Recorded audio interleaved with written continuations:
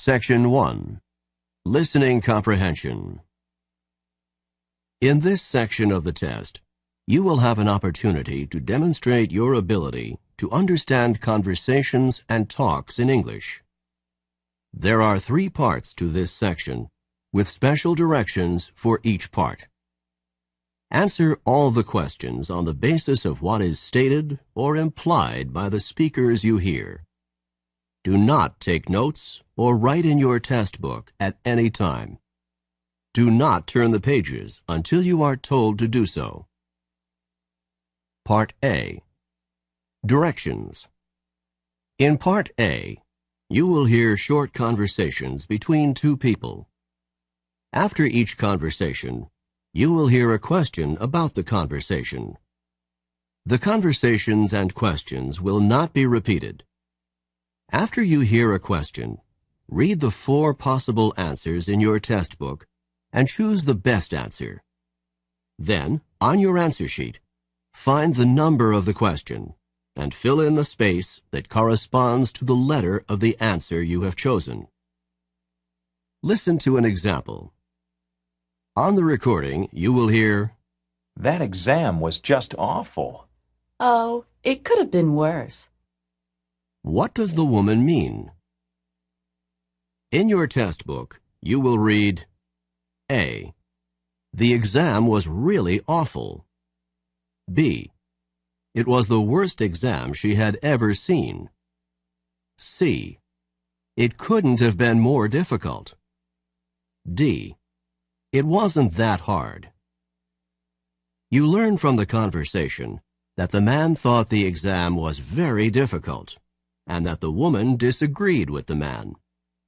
The best answer to the question, "What does the woman mean?" is D. It wasn't that hard. Therefore, the correct choice is D. Now we will begin Part A with the first conversation. Number 1. Why did the class move to a different room? We couldn't get into our regular classroom. Someone lost the key to it. What does the man mean?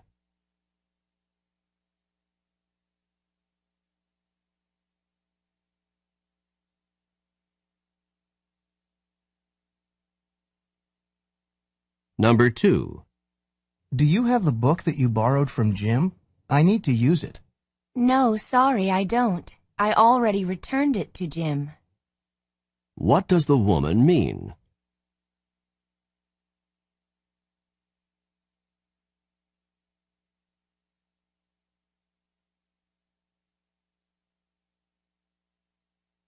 Number 3. Are you still writing checks? I've written the checks for rent and electricity, but I still have a few more to take care of. What is the man most likely doing?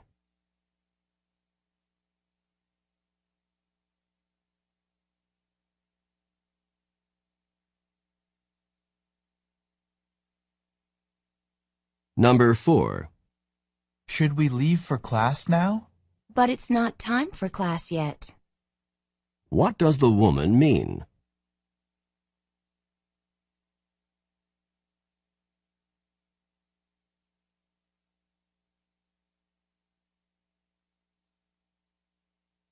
Number 5. Is the physiology class as difficult as I've heard? It's not terribly difficult, but it is time-consuming. What does the man mean?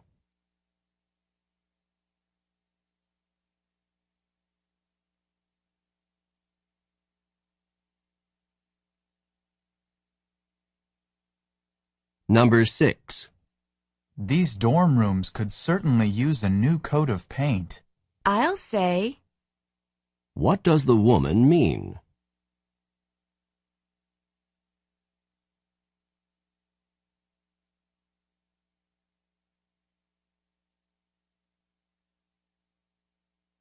Number 7. Are you ready to work on the history paper? I will be in a couple of minutes. I have to finish the math problems before I start on history. What does the man mean?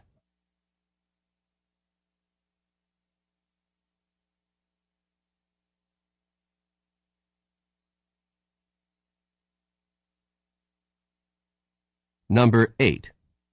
Do you know where the file folders are?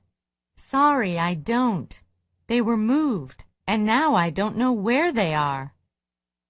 What does the woman imply about the folders?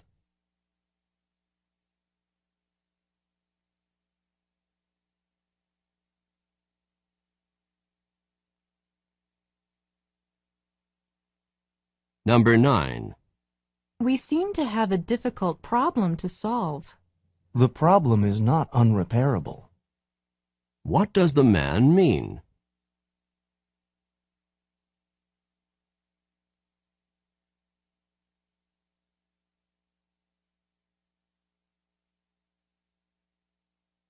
Number 10. I hope we don't have a quiz today. I'm not really very prepared on the material for today. I don't think we will. This professor rarely, if ever, gives quizzes. What does the man mean?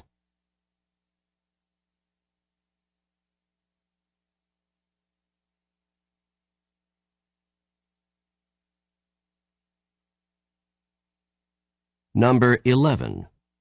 Have you looked at the chemistry problem yet? Yes, and the problem was impossible to comprehend. What does the woman mean?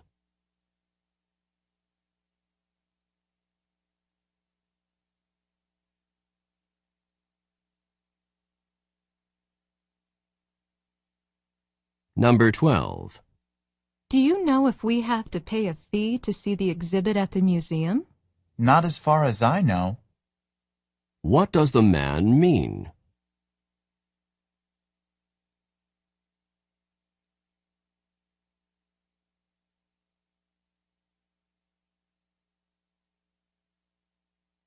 Number 13.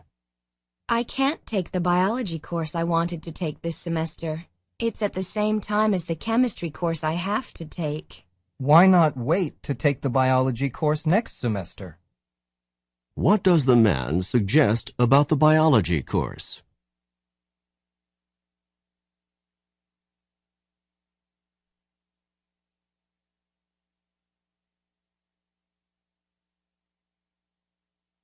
Number 14.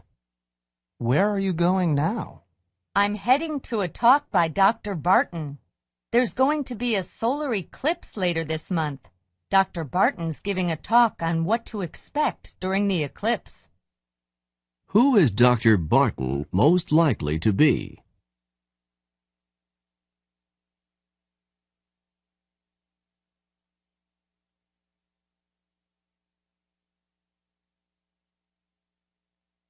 Number 15. Were you expecting such a nice gift? It couldn't have surprised me more. What does the woman mean?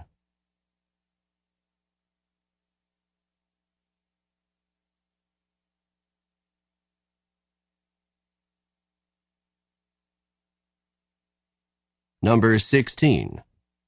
Have you been studying for long? For hours, and I'm all worn out. What does the woman mean?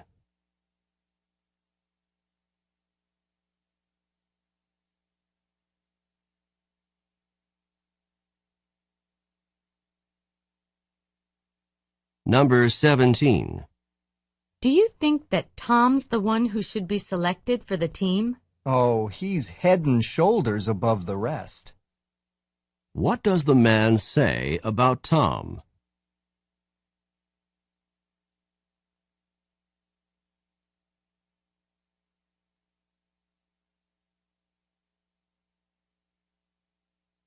Go on to the next page.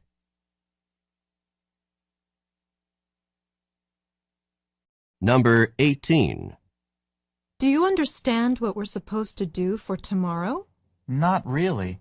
The professor barely talked about the assignment. What does the man mean?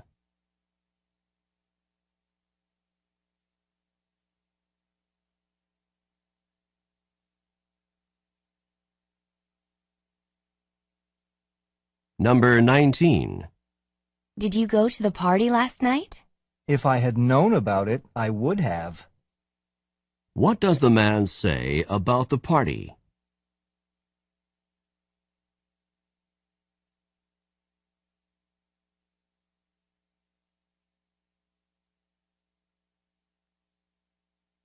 Number 20. Do you know what time it is? I just heard the clock strike noon. What does the woman mean?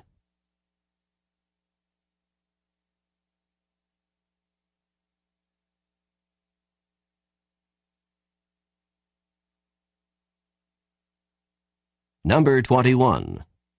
I'll be staying at the beach with my family during spring break.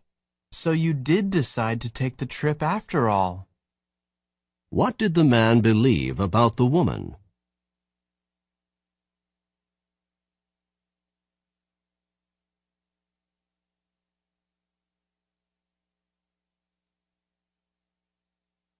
Number 22. Did your nieces and nephews like the gifts you got for them? They couldn't have been more excited when they saw what I got them. What does the man say about his nieces and nephews?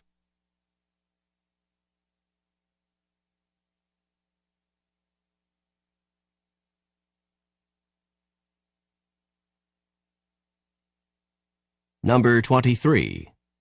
Are you worried about having to give such a long speech in front of such a large audience?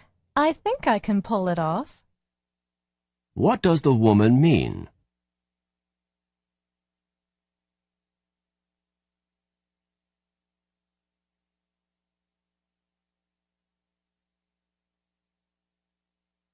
Number 24. There's a problem with your scholarship? Unfortunately, I forgot to sign and date the documents before I returned them to the scholarship office, so the scholarship has been held up. I need to go into the scholarship office to resolve the problem. What does the woman mean?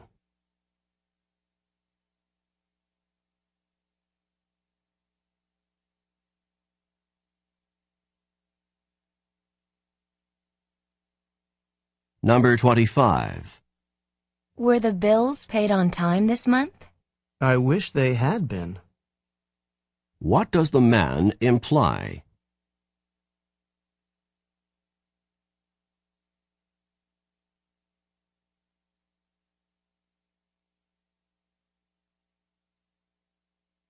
Number 26. The lecture on the realities of entrepreneurship in the 21st century was really fascinating, wasn't it? I'm not sure if it was or not. I didn't understand a word. What does the man mean?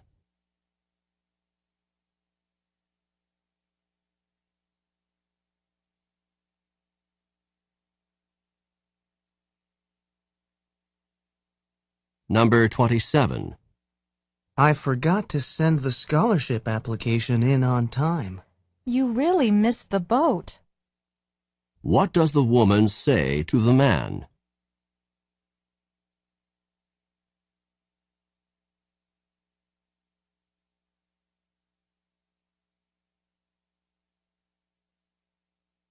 Number 28. I don't think you heard what I said. It wasn't that I didn't hear what you said. It was that I didn't agree with it. What does the man mean?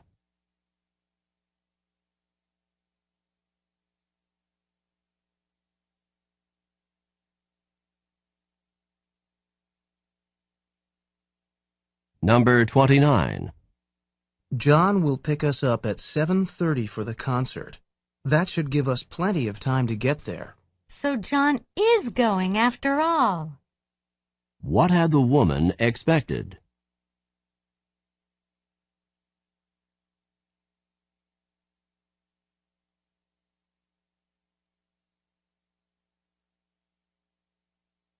Number 30.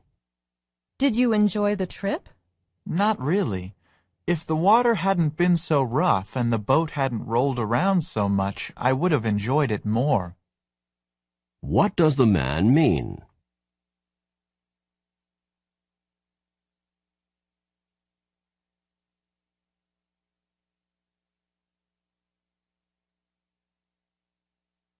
This is the end of Part A.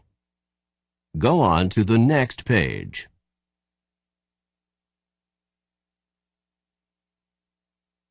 Now read along with me as I read the directions for Part B. Remember, You should not read ahead or turn the pages while the directions for this part are being read. Part B. Directions. In this part of the test, you will hear longer conversations. After each conversation, you will hear several questions. The conversations and questions will not be repeated. After you hear a question, read the 4 possible answers in your test book and choose the best answer. Then, on your answer sheet, find the number of the question and fill in the space that corresponds to the letter of the answer you have chosen. Remember, you are not allowed to take notes or write in your test book. Now we will begin Part B with the first conversation. Questions 31 through 34. Listen to a conversation about a college course. Hi, Mike. I've been trying to get in touch with you. I wanted to ask you about the Introduction to Sociology course you took last semester with Professor Patterson. Why did you want to know about that course? Well, Professor Patterson is teaching it again next semester, and I think I might take it. I wouldn't do that if I were you. Why not? Was it a terrible course? All the professor did was lecture day after day after day. He's a good enough lecturer, but I prefer courses where the students can participate more. I found it quite boring. That course doesn't sound so bad to me. In fact, I like that kind of course. You can listen to the professor's ideas and not feel any pressure to come up with something to say. Well, then maybe this course is for you. Number 31. Who is taking part in this conversation?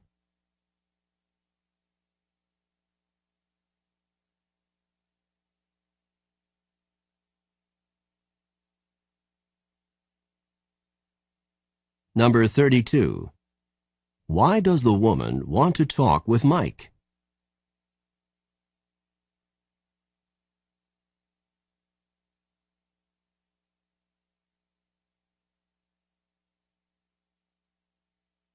Number 33. What kind of course does the man prefer?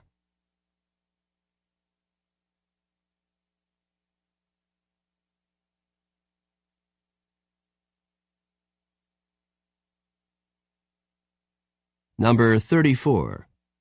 How does the woman feel about Professor Patterson's course?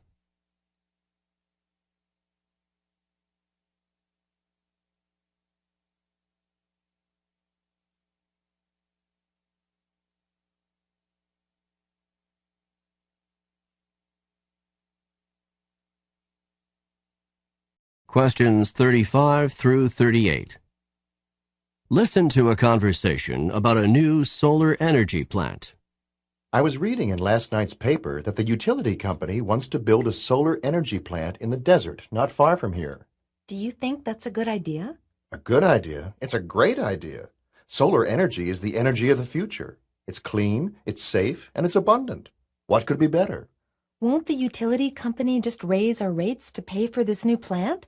Well, the newspaper said that the utility company would need extra money to get the plant going, but in the long run, rates would be lower. And to have a constant supply of energy, that's a small price to pay. I'm not convinced that the price will be small. Number 35. How did the man learn about the new solar energy plant?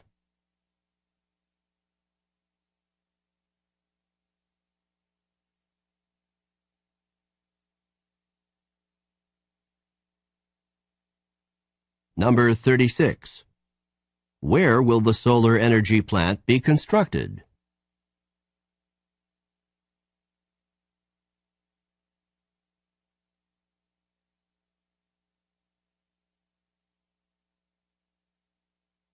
Number 37. According to the man, what is a benefit of solar energy?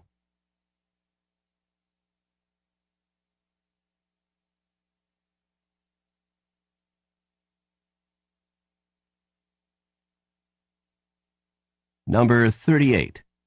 How does the woman feel about the proposed solar energy plant?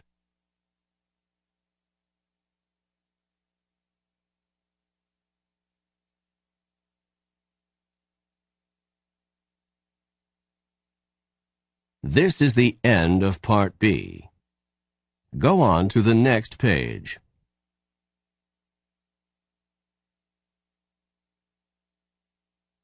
Now read along with me as I read the directions for Part C. Remember, you should not read ahead or turn the pages while the directions for this part are being read. Part C. Directions. In this part of the test, you will hear several talks. After each talk, you will hear some questions. The talks and questions will not be repeated. After you hear a question, read the 4 possible answers in your test book and choose the best answer. Then, on your answer sheet, find the number of the question and fill in the space that corresponds to the letter of the answer you have chosen. Here is an example. On the recording, you will hear, "Listen to an instructor talk to his class about painting." Artist Grant Wood was a guiding force in the school of painting known as American Regionalist, a style reflecting the distinctive characteristics of art from rural areas of the United States. Wood began drawing animals on the family farm at the age of 3, and when he was 38, one of his paintings received a remarkable amount of public notice and acclaim. This painting, called American Gothic, is a starkly simple depiction of a serious couple staring directly out at the viewer. Now listen to a sample question. What style of painting is known as American Regionalist? In your test book, you will read A. Art from America's inner cities. B. Art from the central region of the U.S. C. Art from various urban areas in the U.S. D. Art from rural sections of America. The best answer to the question, what style of painting is known as American Regionalist, is D. Art from rural sections of America.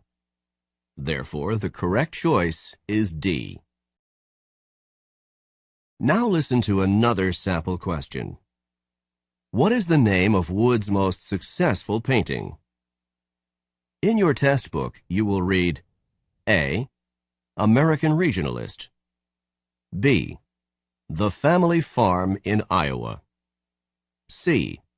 American Gothic. D. A Serious Couple.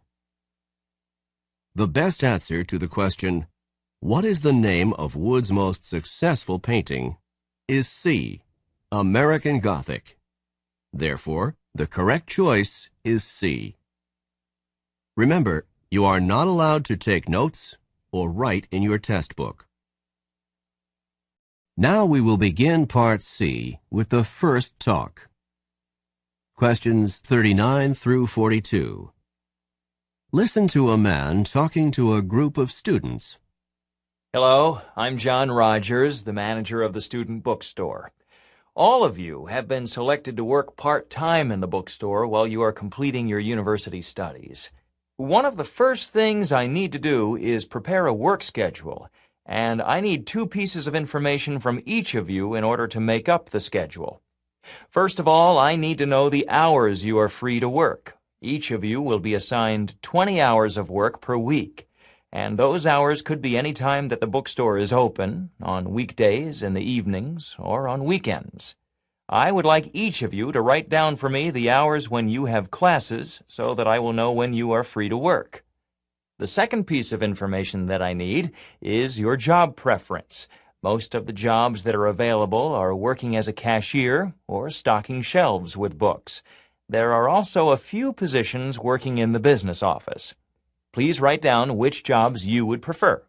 I cannot promise that everyone will get the first choice when I make the schedule, but I will do what I can.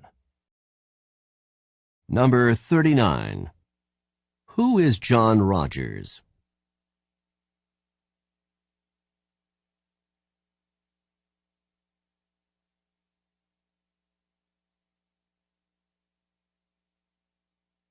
Number 40. What does John Rogers need to do now?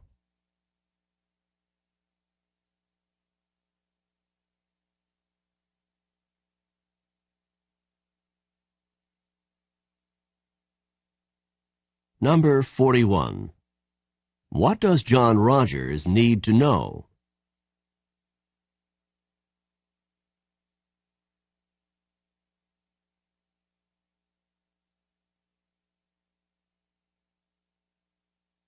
Number 42. Which is not mentioned as a possible job open to the students?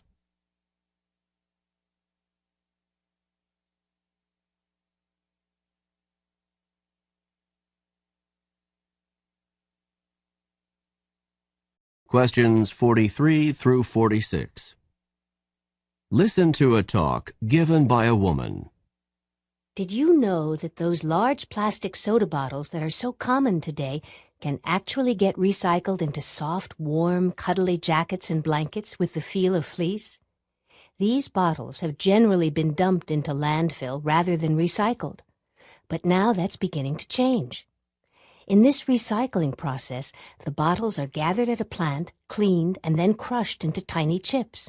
The chips are melted and then shaped into long threads. These threads are spun into yarn and knit into cloth. It can then be dyed and made into fabric. The outcome of this process is a soft and warm cloth that can be made into items of clothing or blankets. It seems rather incredible that plastic soda bottles can be turned into something so soft and warm.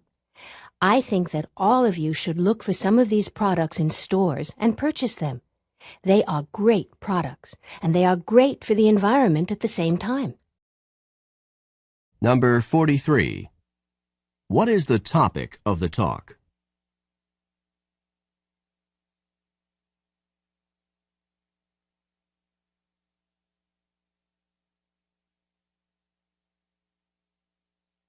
Number 44. In the past, what commonly happened to the soda bottles?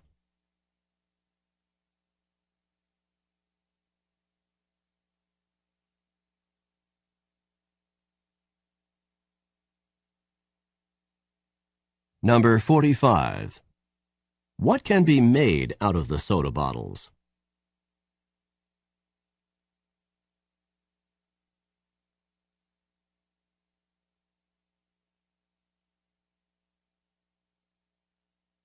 Number 46. What does the speaker recommend?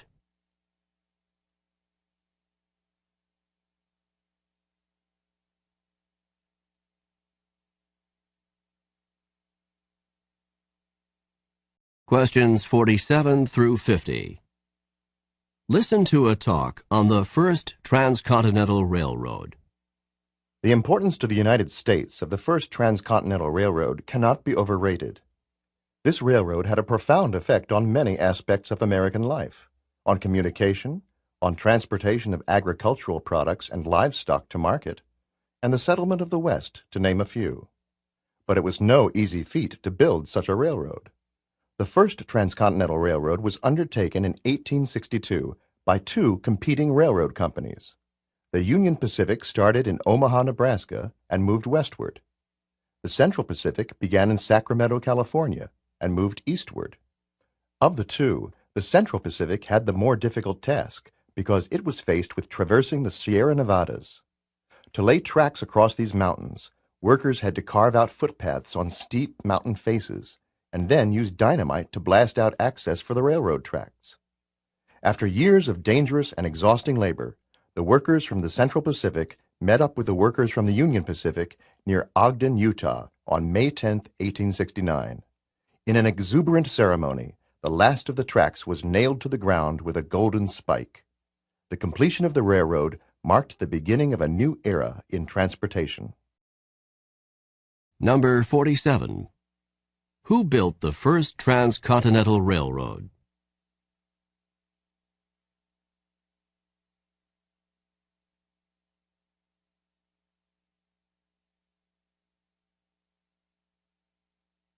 Number 48.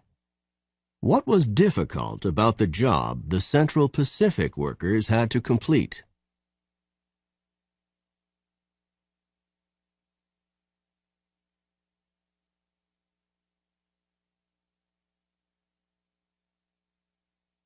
Number 49. How long did it take to complete the first transcontinental railroad?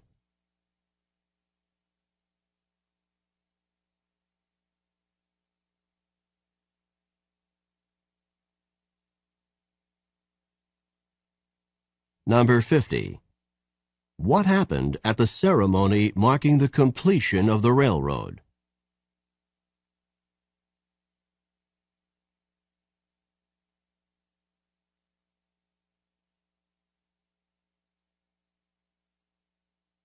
This is the end of Section 1. Stop work on Section 1.